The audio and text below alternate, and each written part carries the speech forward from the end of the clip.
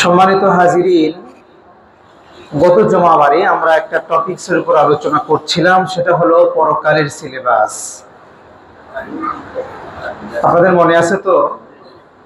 আমরা এই বিষয়টার উপর কথা বলে কবরের প্রশ্নের সিলেবাসটা আপনাদেরকে দিতে পেরেছিলাম।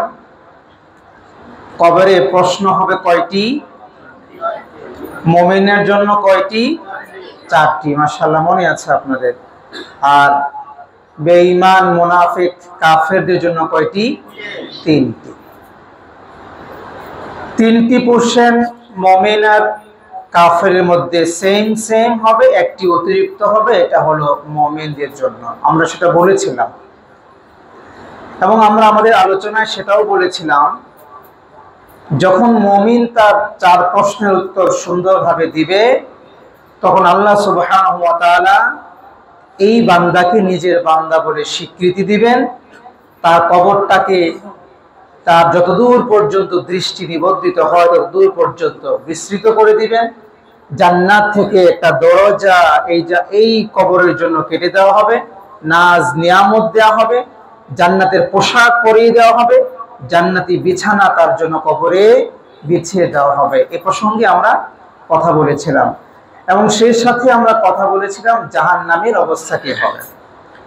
বান্দা যখন কথা বলতে পারবে না, যখন প্রতিটি প্রশ্নের জবাবে বলবে হা হা লা আদরি, না আমার তো প্রশ্নগুলো কমন পড়ে নাই, এই প্রশ্নগুলোর উত্তর আমার জানা নাই, যখনই তার এই প্রশ্নের উত্তর যথোপযুক্ত হবে না, দিতে পারবে না, তখন আল্লাহ সুবহানাহু ওয়া তাআলা বলবে যে এই লোক মিথ্যে বলেছে। তিনি এই লোকের ব্যাপারে নিজের বান্দা বলে স্বীকৃতি দিবেন না, বলবেন যে এই লোক মিথ্যে বলেছে এবং তাকে জাহান্নামের পোশাক পরিয়ে দেওয়া হবে, জাহান্নামের উত্তপ্ত আগুনের বিছানা তার কবরে বিছিয়ে দেওয়া হবে, ডান পাশ এবং বাম পাশকে এত বেশি সংকীর্ণ করা হবে যে এক পাশের পাঁজর আর এক পাশের পাঁজরের ভেতরে ঢুকে যাবে। সেই সাথে একজন অন্ধ এবং বধির ফেরেশতাকে আল্লাহ তাআলা নিযুক্ত করবেন, এমন এক হাতুড়ি দিয়ে, যে হাতুড়ি সম্পর্কে আমরা হাদিস থেকে প্রমাণ করেছিলাম।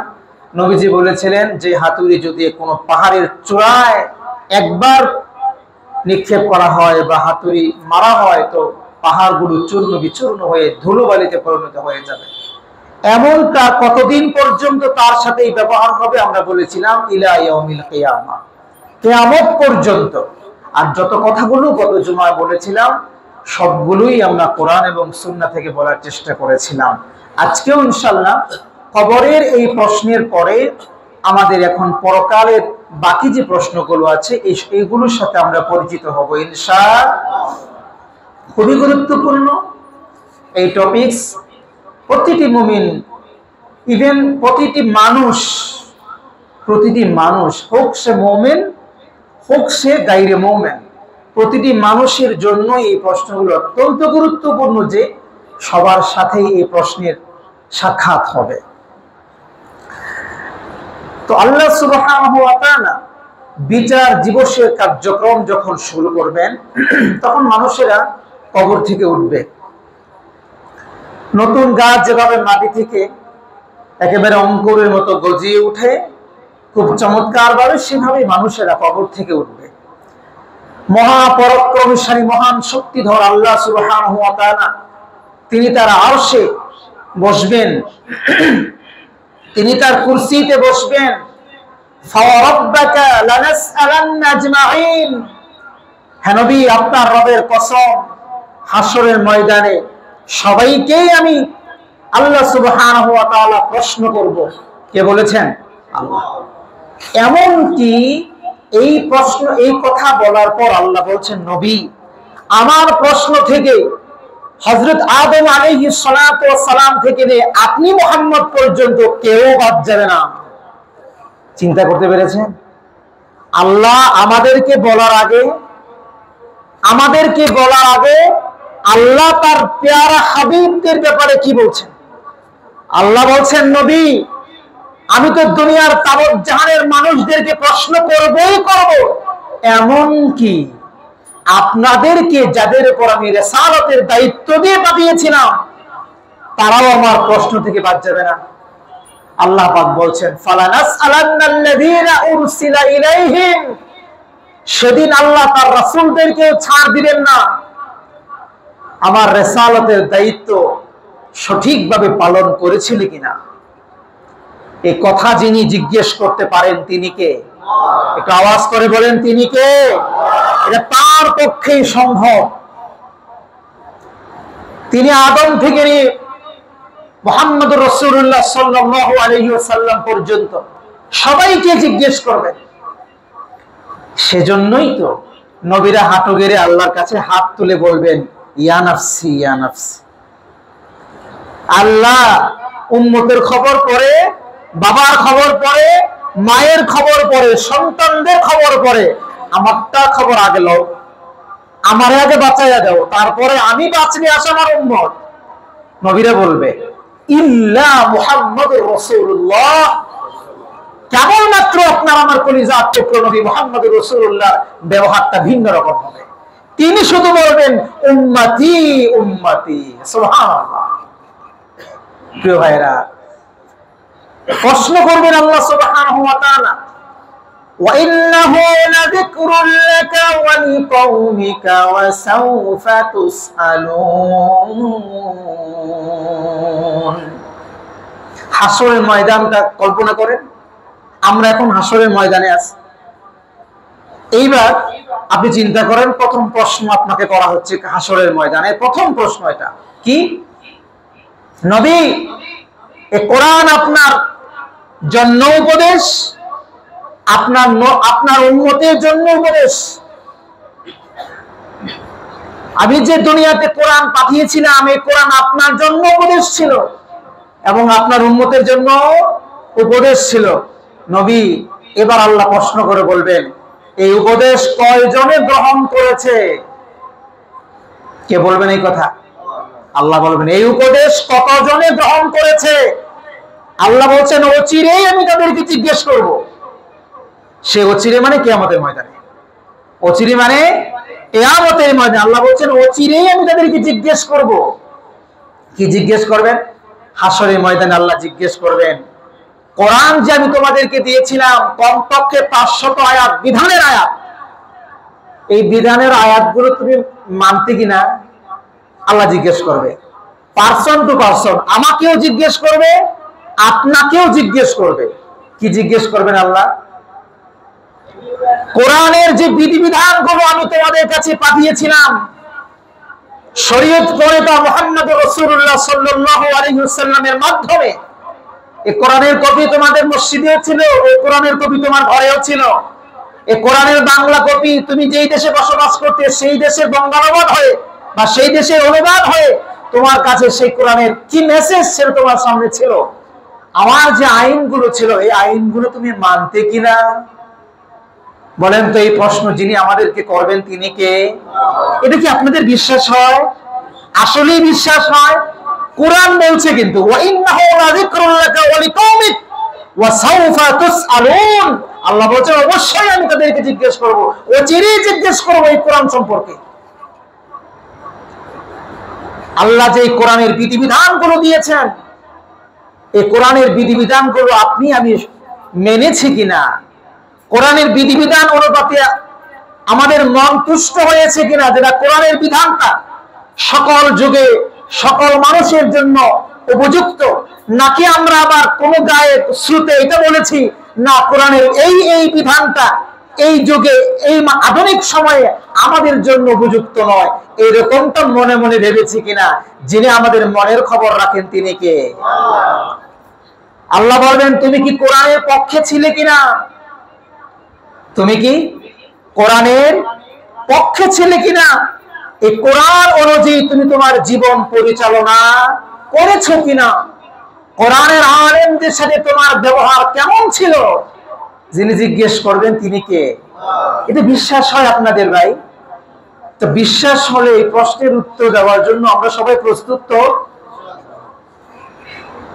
যদি বুঝতেন এই প্রশ্নের ওজন কতটুকু, তাহলে এই মুহূর্তে আমাদের মনে হতো যে চোখের যত পানি আছে সব পানি যদি বেরিয়ে যেত, দিমাগে যত বুদ্ধি আছে সব বুদ্ধি যদি লোপ পেয়ে আমি পাগল হয়ে যেতাম তবেই না আমার জন্য ভালো ছিল এই প্রশ্নের সম্মুখীন হওয়া থেকে। কারণ বস্তুত পক্ষে আমাদের অনেক মানুষ, ম্যাক্সিমাম মানুষ কোরআনের আইন সম্পর্কে ভালো ধারণা রাখি না। ম্যাক্সিমাম মানুষ কোরআনের আইন প্রয়োগের ব্যাপারে আমাদের ভালো ধারণা নাই। ম্যাক্সিমাম মানুষ কোরআন অনুযায়ী আমরা জীবন ধারণ করি না। তো আমরা কেমন করে আল্লাহ সুবহানাহু ওয়া তাআলার সামনে এই প্রশ্নের উত্তর দেওয়ার জন্য প্রস্তুত থাকতে পারি? বিশ্বাস করে আল্লাহ জিজ্ঞেস করবেন, তুমি কি কোরআন পড়েছিলে? কোরআন সম্পর্কে প্রশ্ন, তুমি কি কোরআন পড়েছিলে? আল্লাহর প্রশ্ন হবে এটা। আল্লাহর প্রশ্ন হবে কোরআনের প্রতিটি হরফের উপর তোমার কি ঈমান ছিল? আল্লাহর প্রশ্ন হবে কোরআনের মর্মার্থকে তুমি বুঝতে পেরেছিলে? আল্লাহর প্রশ্ন হবে কোরআন অনুযায়ী তুমি তোমার জীবনটা পরিচালনা করেছো কিনা, আমল করেছো কিনা? আল্লাহর প্রশ্ন হবে কোরআন মানুষের কাছে পৌঁছে দিয়েছো কিনা, কিংবা যারা পৌঁছে দিয়েছে তাদের সহযোগী হয়েছে কিনা, নাকি আবার বাধা হয়ে দাঁড়িয়েছো? আহা, বিশ্বাস করেন ভাইয়েরা আমার, কোরআন প্রমাণ করেছে এমন সময় আপনার আমার পরিজাত টুকরো নবী মুহাম্মদুর রাসূলুল্লাহ সাল্লাল্লাহু আলাইহি ওয়াসাল্লাম আল্লাহর আদালতে দাঁড়িয়ে আপনার আমার বিরুদ্ধে অবস্থান গ্রহণ করেন। আল্লাহ তাআলা নবী আমাদের বিপক্ষে অবস্থান গ্রহণ করবেন। আল্লাহর নবী সেদিন বলবেন, ইয়া রাব্বি ইন্না কওমি ইত্তাখাযু হাযাল কুরআনা মাহজুরা। ইয়া রব, হে আমার প্রতিপালক, হে আমার রব, ইন্না কওমি ইত্তাখাযু হাযাল কুরআনা মাহজুরা। এই উম্মতকে আমি চিনি না, এই উম্মতের সাথে আমার কোনো সম্পর্ক। আল্লাহ তাআলার হাবিব কিয়ামতের ময়দানে বলবেন, যেই নবীর সুপারিশ ছাড়া একজন নবী পর্যন্ত তিনি লড়তে পারবেন না, আদম থেকে ঈসা রূহুল্লাহ পর্যন্ত কেউ লড়াচড়া করার ক্ষমতা পাবে না, নবীর সুপারিশ ছাড়া আল্লাহ রাব্বুল আলামিন বিচার কার্যটাই শুরু করবেন না। এমন নবী, যেই নবীর সুপারিশ ছাড়া দুনিয়ার কোনো মানুষ জান্নাতের সুঘ্রাণ পাবে না, সেই নবী যদি আপনার আমার বিরুদ্ধে অবস্থান গ্রহণ করে বলেন, আল্লাহ গো, এদেরকে আমি চিনি না, এদের সাথে আমার কোনো সম্পর্ক নাই, ইন্না কওমি ইত্তাখাযু হাযাল কুরআনা মাহজুরা, এই উম্মতকে আমি চিনি না, এই উম্মতের আমার কোনো দরকার নাই, এরা কোরআনের পক্ষে ছিল না, বরং এরা কোরআনের বিরোধিতা করেছে, কোরআনকে তারা পরিত্যাগ করেছে, আজ এদের জন্য আমার পক্ষ থেকে কোনো সুপারিশ নাই। নাউযুবিল্লাহি মিন যালিক। কেন ইমাজিন নবী বলবেন, সারা জীবন তো শুধু এটা শুনেছেন, সব অপরাধ নিয়ে গেলেও নবী সুপারিশ করে মাফ করে দিবেন, তাই না? এটা শুনেছেন না? সুপারিশ করার জন্য আপনার নবী বসে আছেন, আমার নবী বসে আছেন, এটাই শুনেছেন কেবল। কিন্তু নবীর এই কথাটা কেউ শোনায় না আপনারে। এই কথাটা শোনালে, এই কথাটা মগজে ঢুকাইলে দুনিয়ার মানুষেরা এত অপরাধ করতে পারতো না, নবীর উপর নির্ভর করে দুনিয়া সব পাপ করতে পারতো না। কারণ নবী কি বলেছেন? আল্লাহর কোরআন সরাসরি বলেছে, কিয়ামতের ময়দানে আল্লাহর নবী বলবেন, আল্লাহ গো, এই উম্মতদেরকে আমি চিনি না, এদের সাথে আমার কোনো সম্পর্ক নাই, কারণ দুনিয়াতে এরা কোরআন পরিত্যাগ করেছিল, কোরআনের বিরোধিতা করেছিল, কোরআন যা বলেছে তা মান্য করে নাই, সুতরাং আজকে তাদের জন্য আমার কোনো সুপারিশ নাই। নবী সুপারিশ না করলে মোটামুটি কোন জান্নাতে যাওয়া যাবে? ছোটটায় কোন সম্ভাবনা আছে ভাই? আহা, এবার চিন্তা করেন তো, যে আমি আপনি সবাই তো জান্নাত প্রত্যাশী, সবাই জান্নাত প্রত্যাশী, কিন্তু জান্নাতের রাস্তা আছে কিনা, জান্নাতের রাস্তা আমরা আছি কিনা, কোরআন অনুযায়ী আমার জীবন পরিচালনা করি কিনা, কোরআনকে আমি আমার জীবনের সর্বশ্রেষ্ঠ গ্রন্থ হিসাবে, আইনদাতা হিসাবে মেনে নিয়েছি কিনা, কোরআনের আইনগুলো আমার ভালো লাগে কিনা, কোরআন অনুযায়ী আমি আমার জীবন পরিচালনা করি কিনা। কোরআনের বিরোধিতা করলে নবী সেই দিন আপনাকে সুপারিশ করবে না। এই কথা যিনি বলেছেন তিনি কে ভাই? আল্লাহ কোরআনে বলে দিয়েছেন ১৫০০ বছর আগে।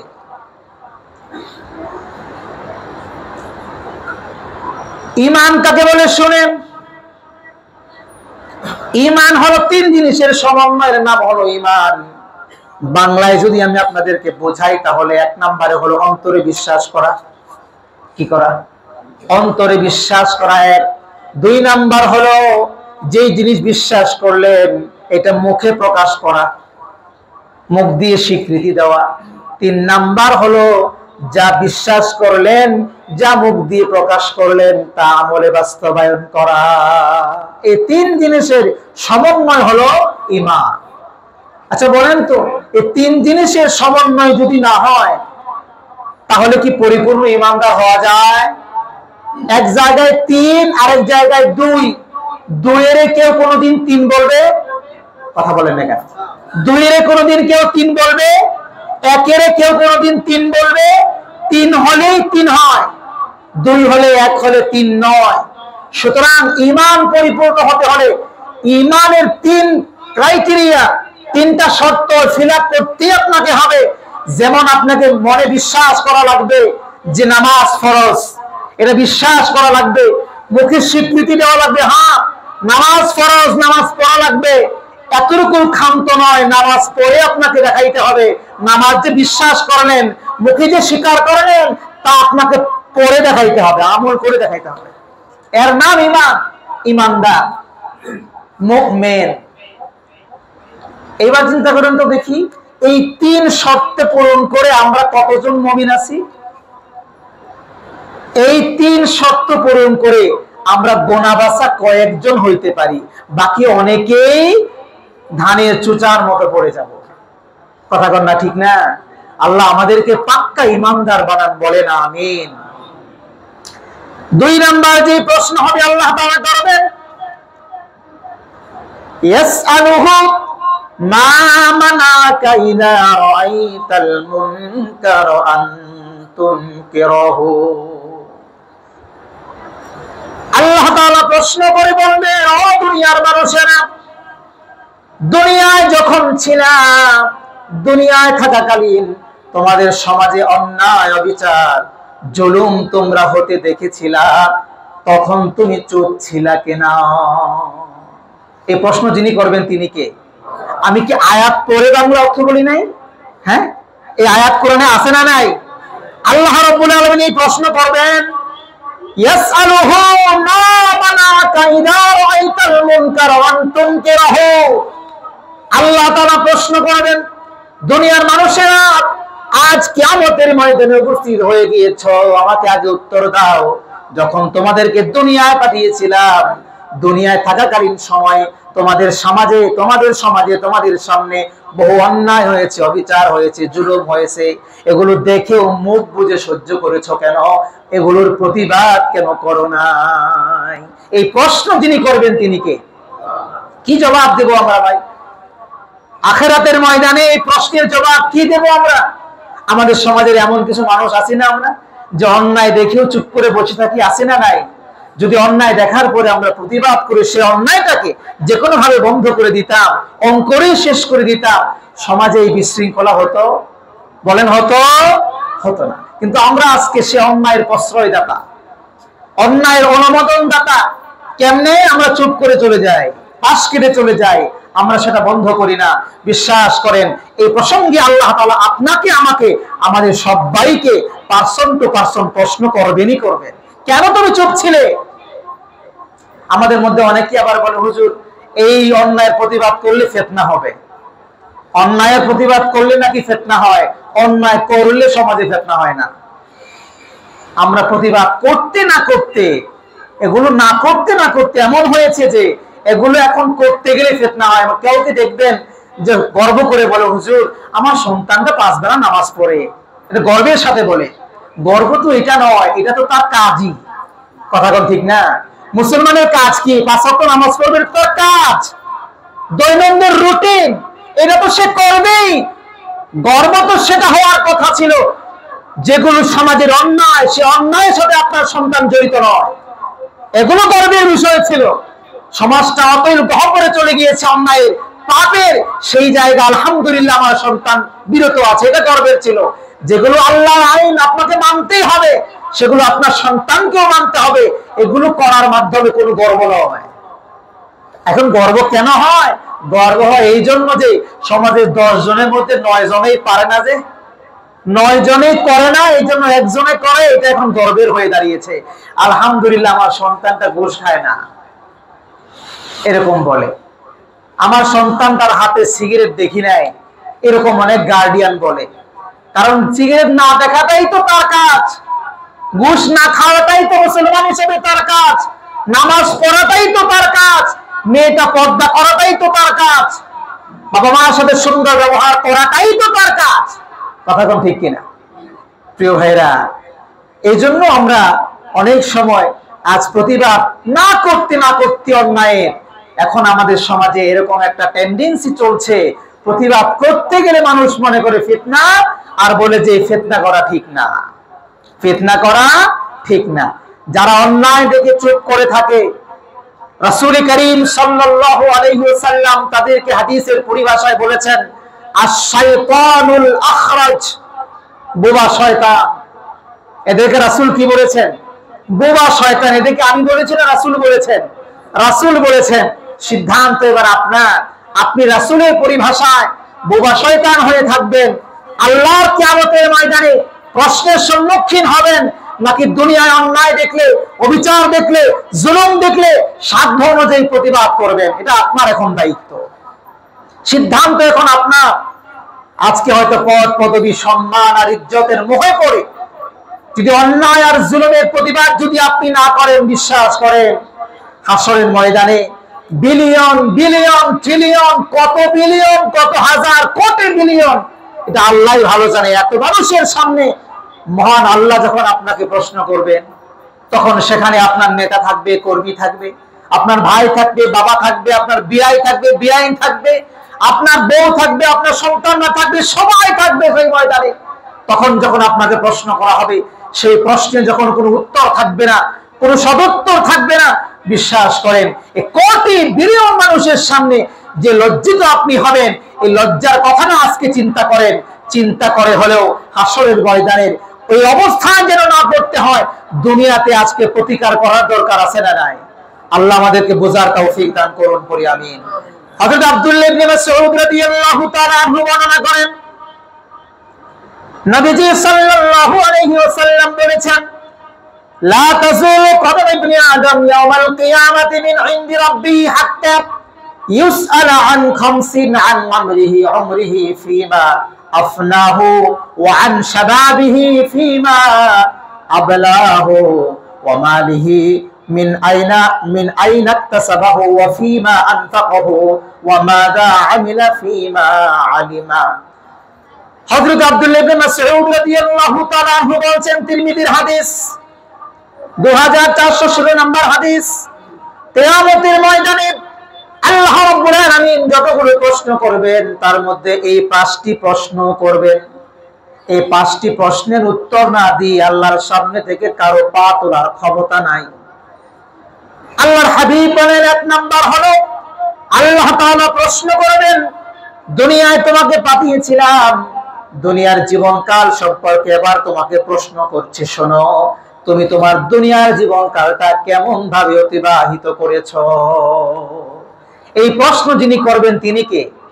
আমি আপনাকে আখিরাতে সিলেবাস দিচ্ছি ভাই। আল্লাহ এটা জিজ্ঞেস করবেন। দুনিয়ায় বালেগ হওয়ার পর থেকে, বালেগ হওয়ার আগে তো কোনো হিসাব নাই, বালেগ হওয়ার পর থেকে ধরেন 12-13 বছর, বা আপনার বুলুগের সময় যতদিন, যখন থেকে শুরু, তখন থেকে নিয়ে কবর পর্যন্ত, শ্বাস বের হওয়ার আগ পর্যন্ত, বন্ধ হয়ে যাওয়ার আগ পর্যন্ত, এই যে লম্বা ডিস্টেন্স সময়, এই যে লম্বা পিরিয়ড, এই পিরিয়ড সম্পর্কে আল্লাহ আপনাকে জিজ্ঞেস করবেন, বান্দারে এই সময়টা তুমি কেমন ভাবে অতিবাহিত করছো, আমাকে বলো, তোমার কি জীবন তুমি অতিবাহিত করেছো? বিস্তারিত বলতে পারে অনেক লম্বা সময়। আপনাকে আমাকে এই প্রশ্নের জবাব দিতে হবে, জবাব সম্পর্কে সম্যক উত্তর জেনে কবরে যাওয়া লাগবে। উত্তর রেডি করতে থাকি আমরা। দুই নম্বরে আল্লাহ তাআলা জিজ্ঞেস করবেন, বান্দারে তোমাকে আমি 60 বছর জীবন দিয়েছিলাম, 70 বছর জীবন দুনিয়াতে হায়াত দিয়েছিলাম। 70 বছরের মধ্যে 15-16 বছর থেকে তোমাকে আমি যৌবন দিয়েছিলাম। শেষ পর্যন্ত কারো কারো যৌবন বিদ্যমান থাকবে। তোমার যদি 60 বছর জীবন দিয়ে থাকি, 60 বছর পর্যন্ত তোমাকে যৌবন দিয়েছিলাম, এই যৌবন কালটা দুনিয়ায় কেমন ভাবে অতিবাহিত করেছ আমাকে একটু বলো। যৌবনের তাড়নায় কি কি গুনাহ করেছিলা, কোন কোন জায়গায় গিয়েছিলা, কি করেছিলা না করেছিলা।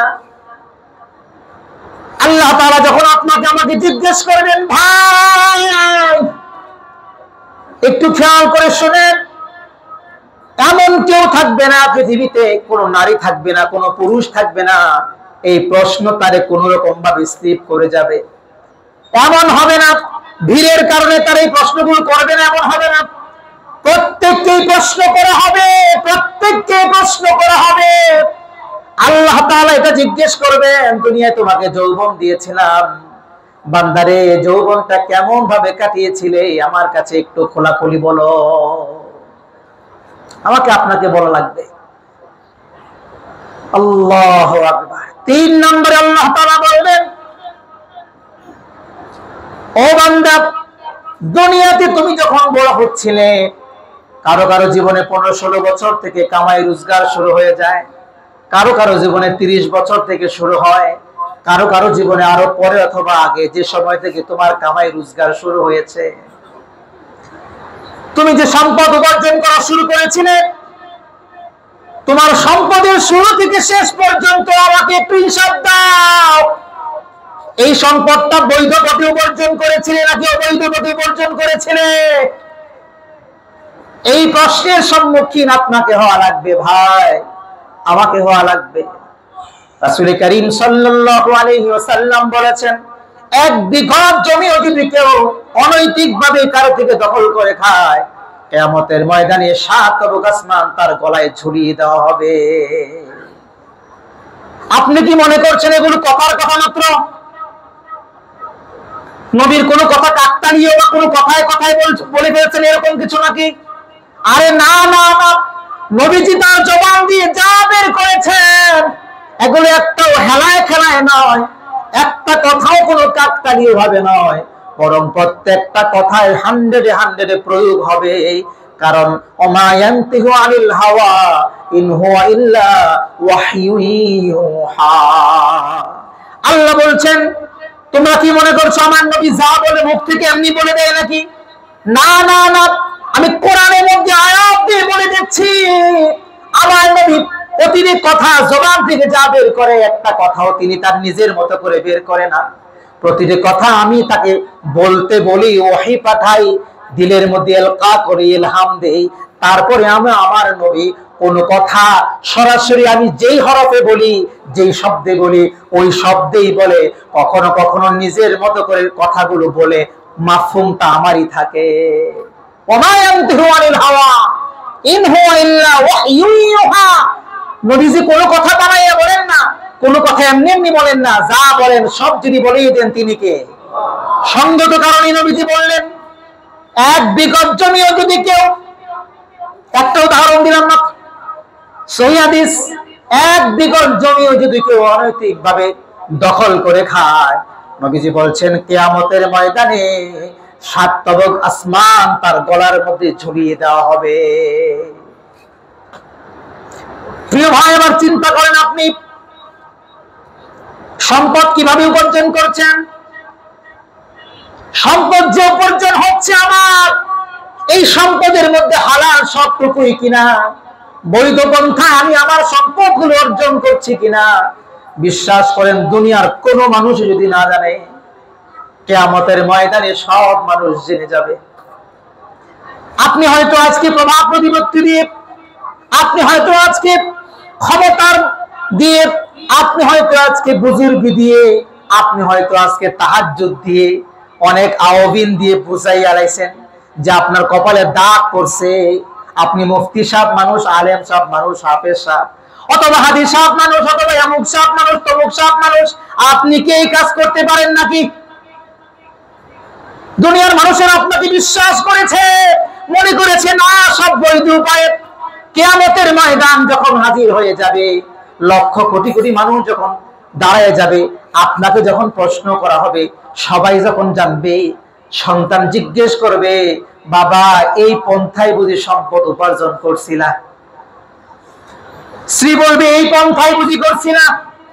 শাশুড়ি বলবে এই পন্থায় বুঝি করছিলা? বিআই বিআইনে বলবে এইভাবে বুঝি সম্পদ উপার্জন করছিলা? আর আমাদেরকে বুঝাইছিল এত বড় ধনী তুমি। ভাই ভাইরা বলবে, বোনেরা বলবে এই পন্থায় বুঝি উপার্জন করছিলা? ওই যে যেই সমাজের মানুষেরা আরে অনেক বড় মুফতি সাহেব মনে করেছিল, অনেক তাহাজ্জুদ গুজার মনে করেছিল, আওবিন গুজার হাদিস সাহেব মনে করেছিল, ওরা সবাই বলবে হায় হায় এত ভালো জানতাম, এইভাবে বুঝি আপনি সম্পদ উপার্জন করেছিলেন। কেউ বাকি থাকবে না, সবার সামনে সেদিন প্রকাশিত হয়ে যাবে। বিশ্বাস করার এই প্রশ্নের সম্মুখীন আপনাকে হওয়া লাগবে, আমাকে হওয়া লাগবে। সঙ্গত কারণে প্রশ্নের জবাব পুঙ্খানুপুঙ্খ দেওয়ার জন্য প্রস্তুতি গ্রহণ করেন। 4 নম্বরে আল্লাহ তাআলা প্রশ্ন করবেন, বান্দারে তুমি যে সম্পদগুলো অর্জন করেছিলে, হ্যাঁ হ্যাঁ তুমি উত্তর দিয়েছো হালাল ভাবে উপার্জন করেছো, ঠিক আছে, সব হালাল ভাবেই তুমি উপার্জন করেছিলে, এটা আমিও জানি, তুমিও বললে সব ঠিকই আছে। এবার আমাকে বলো কোন জায়গায় তুমি তা ব্যবহার করেছিলে, খরচ করেছিলে? হালাল জায়গায় খরচ করেছিলে নাকি আমার যেখানে নিষেধ ছিল ওই জায়গার মধ্যেও তুমি খরচ করেছিলে? আল্লাহ বলবেন, বান্দা তুমি তোমার কষ্ট অর্জিত সম্পদ হালাল ভাবে উপার্জন করেছিলে, ওই হালাল টাকাটা কোন জায়গায় খরচ করেছিলে এবার বলো। যেখানে আমি দিতে নিষেধ করেছি টাকা, যেখানে টাকা দেওয়া যাবে না, যেখানে টাকা দিলে শিরিক হবে, যেখানে টাকা দিলে বিদআত হবে, যেখানে টাকা দিলে গুনাহ হবে, সমাজের ভয়ে মানুষের মুখের কথা শুনবে, সেজন্য নানান পারিপার্শ্বিকতার কারণে তুমি সেই জায়গায়ও টাকা দিয়েছ, অথচ এই জায়গায় টাকা দেওয়া বৈধ ছিল না। তুমি হালাল কামাই করলেও অবৈধ জায়গায় তুমি আমার সম্পদ খরচ করতে পারো না। আল্লাহ জিজ্ঞেস করবেন। এই প্রশ্নের জবাব দেওয়ার জন্য প্রস্তুতি গ্রহণ করতে হবে। এই জন্যই ওলামায়ে কেরাম যে বলেন অপাত্রে খরচ করতে নাই, নানান জায়গায় টাকা দিতে নাই। আপনি জানেন সেখানে যে জায়গায় টাকা দিচ্ছেন এই জায়গায় টাকা দিলে তারা কান বাধ্য করবে। আপনি জানেন এখানে টাকা দিয়ে সহযোগিতা করলে তারা আল্লাহ দ্রোহিতা করবে, গুনাহের কাজ করবে। আপনার টাকাতে সেই জায়গায় আপনি টাকা দিতে পারেন না, এই জায়গায় আপনার অর্থ খরচ করতে পারেন না, কোনোভাবেই সেটা সম্ভব না। এটা মানবীয়তা বলে না, এটাকে খোদাদ্রোহিতার সাথে অর্থ দিয়ে আপনিও শামিল হওয়ার আরেকটা উপায়। সঙ্গত কারণে আল্লাহ তাআলা জিজ্ঞেস করবেন, বান্দা হালাল পন্থায় সম্পদ উপার্জন করেছিলে বটে, সম্পদ যে ব্যয় করেছিলে কোন পন্থায় ব্যয় করেছিলে? হালাল পন্থায়? আমার যেই বৈধ পন্থা আমি যেখানে ব্যয় করতে করেছিলাম সেখানেই ব্যয় করেছ, নাকি আমার খোদাদ্রোহিতা হয় সেই জায়গাও ব্যয় করেছিলাম? এই প্রশ্নের জবাব দেওয়া লাগবে। 5 নম্বরে আল্লাহ তাআলা প্রশ্ন করবেন, বান্দারে দুনিয়ার জীবনে তুমি অনেক জ্ঞানী ছিলা, অনেক জ্ঞান অর্জন করেছিলা, অনেক কিছু তুমি জানতা, কেউ তোমার কাছে আসলেই খালি পরামর্শ দিতা, খালি নসিহত দিতা, খালি জ্ঞান দিতা, কিন্তু সেই জ্ঞান নিজে মানতা না। এরকম আছে না নাই? দেখবেন এত আইলেই দেখবেন, আমি তো বলি অনেক সময় কিছু ডাক্তারের পরিস্থিতি হলে এরকম, ডাক্তারের কাছে গেলে প্রেসক্রিপশনে লিখবেন মদ, বিড়ি খাবেন না, সিগারেট খাবেন না, ধূমপান করবেন না, এই করবেন না, উনি কিন্তু এক প্যাকেটে তার হয় না দিনে। এরকম আছে না নাই? এক প্যাকেট তার দিনে হয় না। রোগী গেলেই প্রেসক্রিপশনের শুরুতেই এক কোনায় লেখে কি ধূমপান করবেন না, কিন্তু উনি একটু বসেন আমি আসতেছি, উনি আবার গিয়ে একটু ধূমপান করে তারপরে আসতেছে। একটা উদাহরণ দিলাম আর কি। মানে হলো সমাজের অনেক মানুষের অবস্থা এরকম, জানে যেটা মানুষ আসলে পরামর্শ দেয় এটা নিজে মানে না সেটা। এরকম আমাদের সমাজে আছে না নাই? আল্লাহ বলবেন, তুমি যা বলতে, যা জ্ঞান অর্জন করেছে এই জ্ঞান অনুযায়ী নিজের জীবনটা পরিচালনা করেছে তো? সেই মোতাবেক তুমি তোমার জীবন পরিচালনা করেছো তো? আমলটা সেই পরিমাণ করেছিলে কিনা? তুমি জানতে মিথ্যা বলা মহাপাপ, মিথ্যা ছেড়েছিলে, তুমি জানতে 5 ওয়াক্ত নামাজ তোমাকে পড়াই লাগবে, পড়েছিলে? জ্ঞান অনুযায়ী তুমি আমল করেছে কিনা? যিনি প্রশ্ন করবেন, জিজ্ঞেস করবেন, তিনি কে ভাই? আল্লাহ। বিশ্বাস করেন আল্লাহ রাব্বুল আলামিনের হাবিব বলছেন কিয়ামতের দিন যতগুলো প্রশ্ন করা হবে তার মধ্যে এটাও একটা প্রশ্ন। আল্লাহর নবী বলেন আউয়ালু মা ইউহাসাবু বিহিল আবদ ইয়াউমাল কিয়ামাতি আস-সালাত। দুনিয়ার মানুষেরা রে, কিয়ামতের ময়দানে আল্লাহ তাআলা তোমাদেরকে যে প্রশ্নগুলো করবেন এর মধ্যে সর্বাগ্রে যে প্রশ্ন করবেন সেটা হলো তোমাদের নামাজ। বান্দা তুমি জানতে হয়তো কখনো কখনো কোরআনের মজলিসে বসেছিলে, জুমার খুতবায় শুনেছিলে, অথবা বই পড়ে জেনেছিলে, অথবা যে কোনো ভাবে তুমি জেনেছিলে নামাজ পড়া তোমার উপর ফরজ। এটা জানার পরে তুমি নামাজ আদায় করেছিলে কিনা? আউয়ালু মা ইউহাসাবু বিহিল আবদ ইয়াউমাল কিয়ামাতিস সালাহ। সর্বপ্রথম আপনার কিয়ামতের ময়দানে যে ফরজ বিধানের উপর আল্লাহ তাআলা জিজ্ঞেস করবেন সেটা হলো নামাজ। নামাজ সম্পর্কে আপনাকে জিজ্ঞেস করবেন। সুনানে আবু দাউদের হাদিস 864 নম্বর হাদিস। এই হাদিসে নবীজি সাল্লাল্লাহু আলাইহি ওয়াসাল্লাম বলেন বালেগ হওয়ার পর থেকে আজ অবধি আপনার নামাজের কি অবস্থা? আজকে আপনার 60 বছর, 40 কিংবা 50, যে যার বয়স হিসাব করেন, এই হিসাব মতো আপনাকে জিজ্ঞেস করা হবে এত বছরের যে নামাজগুলো আপনার ছিল সবগুলো নামাজ তুমি কি পড়েছিলে, আদায় করেছিলে? যিনি আপনাকে প্রশ্ন করবেন তিনি কে? এটা আওয়াজ করে বলেন, তিনি কে? ভাইয়েরা আমার, বিশ্বাস করেন কিয়ামতের ময়দানে আল্লাহ তাআলা যে জাহান্নামগুলো সৃষ্টি করেছেন, একটু দিলের কান লাগায়া শুনেন, যে জাহান্নামগুলো সৃষ্টি করেছেন ওই জাহান্নামের মধ্যে একটা জাহান্নাম আছে। ওই জাহান্নামের নাম হলো সাকর নামক জাহান্নাম। নাম কি? সাকর নামক জাহান্নাম। ওই সাকর নামক জাহান্নামকে আল্লাহ তাআলা স্পেশালি যতগুলো কারণ আল্লাহ তাআলা সৃষ্টি করেছেন এর মধ্যে অন্যতম কারণ হলো দুনিয়ার জীবনে যারা নামাজের আযান হয়ে গেলেও নামাজ পড়তো না, ওই বেনামাজিদেরকে চূড়ান্ত ভাবে শায়েস্তা করার জন্য আল্লাহ তাআলা স্পেশালি একটি জাহান্নাম তৈরি করে রেখে দিয়েছে। কিয়ামতের ময়দানে দেখবি বন্ধু জান্নাতে চলে যায়, আরেকটা বন্ধু জাহান্নামে চলে যায়। জান্নাতি বন্ধুটা জিজ্ঞেস করে বলবে বন্ধুরে একসাথে তো পাড়া মহল্লায় বেড়ে উঠেছিলাম, একসাথে তো একই বাজারে আমরা বাজার করতাম, একই স্কুলে পড়াশোনা করেছিলাম, একই মাদ্রাসায় পড়াশোনা করেছিলাম, একই ইউনিভার্সিটিতে আমরা পড়াশোনা করেছিলাম, একই ডিপার্টমেন্টের ছাত্র ছিলাম, একই কর্মক্ষেত্রের কলিগ ছিলাম, একই বাসায় আমরা উপর নিচে ফ্ল্যাটে থাকতাম। ব্যাপারটা কি আমি জান্নাতি হয়ে গেলাম, তুমি জাহান্নামে কেন যাও? ইয়াতাসালুনা আনিল মুজরিমিন মা সালাকাকুম ফি সাকর। জিজ্ঞেস করবে সাকর নামক জাহান্নামে আজ তোমার হাতে শিকল, পায়ে শিকল, হাতে বেরি, পায়ে বেরি পরাইয়া উপর করে উলম্ব করে কুকুরের মতো শৃগালের মতো টেনে টেনে তোমাকে কেন জাহান্নামে ফেলা হচ্ছে? সাকর নামক জাহান্নামে তোমাকে কেন নেওয়া হচ্ছে? ইয়াতাসালুনা আনিল মুজরিমিন মা সালাকাকুম ফি সাকর। উত্তর দিয়ে বলবে ক্বালু লাম নাকু মিনাল মুসাল্লিন। ভাইরে, কলিগ রে, বন্ধু রে, দুনিয়ার জীবনে আমি যত পাপ করেছি আজকে যেই পাপের কারণে আমাকে সাকর নামক জাহান্নামে নেওয়া হচ্ছে এটা হলো নামাজ আমি আদায় করি না। ক্বালু লাম নাকু মিনাল মুসাল্লিন। মুসল্লি ছিলাম না রে ভাই, দুনিয়ার জীবনে মুসল্লি ছিলাম না, নামাজ আদায় করতাম না। আপনি কি মনে করতেছেন এগুলো আমি বানিয়ে বানিয়ে বলছি?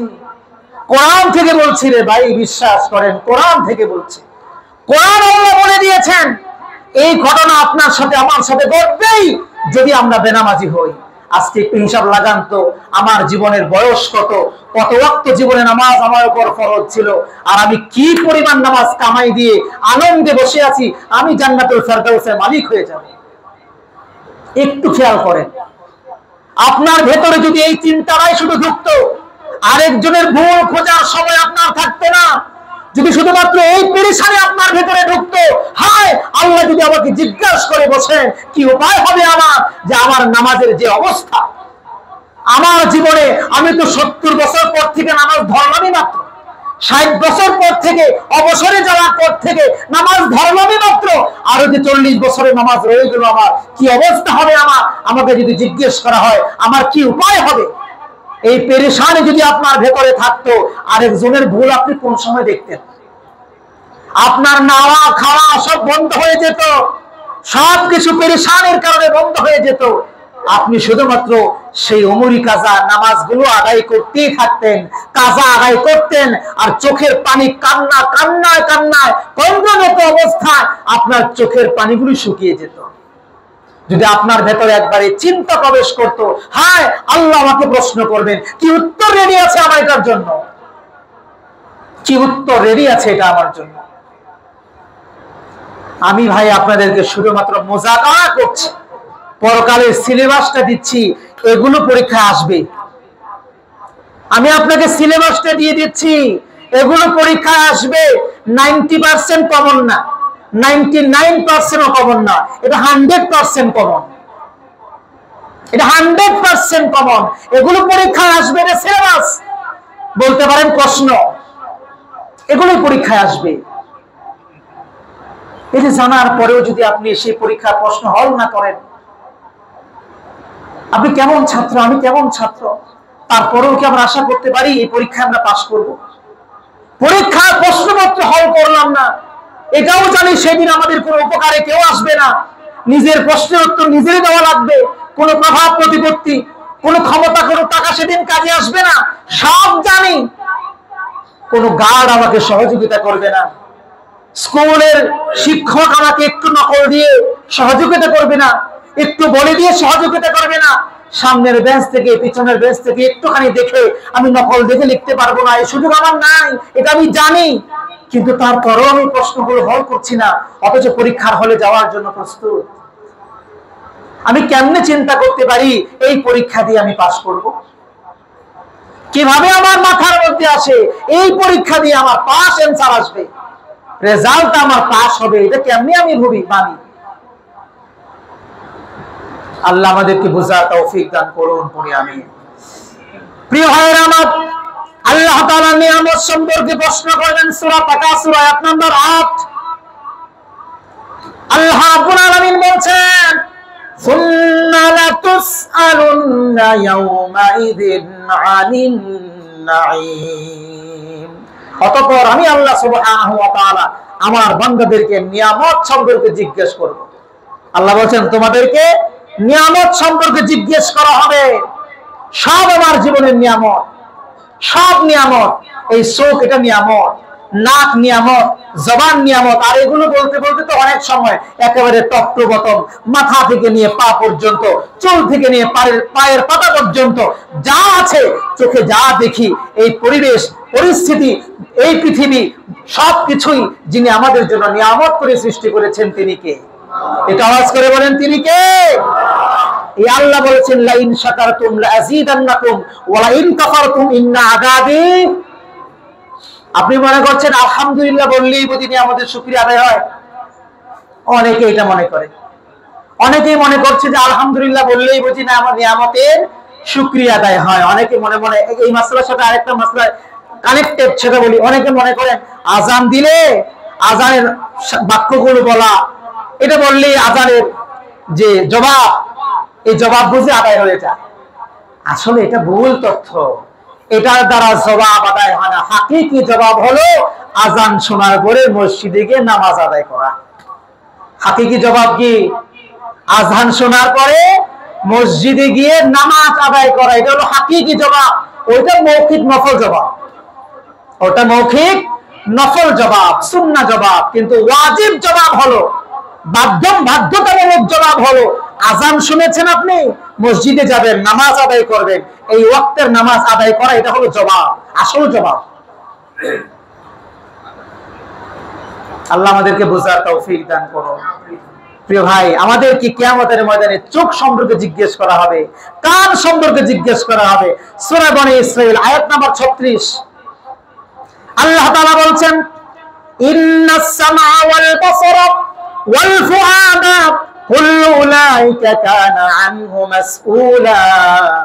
আল্লাহ তাআলা কান সম্পর্কে জিজ্ঞেস করবেন, চোখ সম্পর্কে জিজ্ঞেস করবেন, অন্তর হৃদয় সম্পর্কে জিজ্ঞেস করবেন, প্রতিটি বিষয় সম্পর্কে আমাদের যিনি তলব করবেন তিনি কে?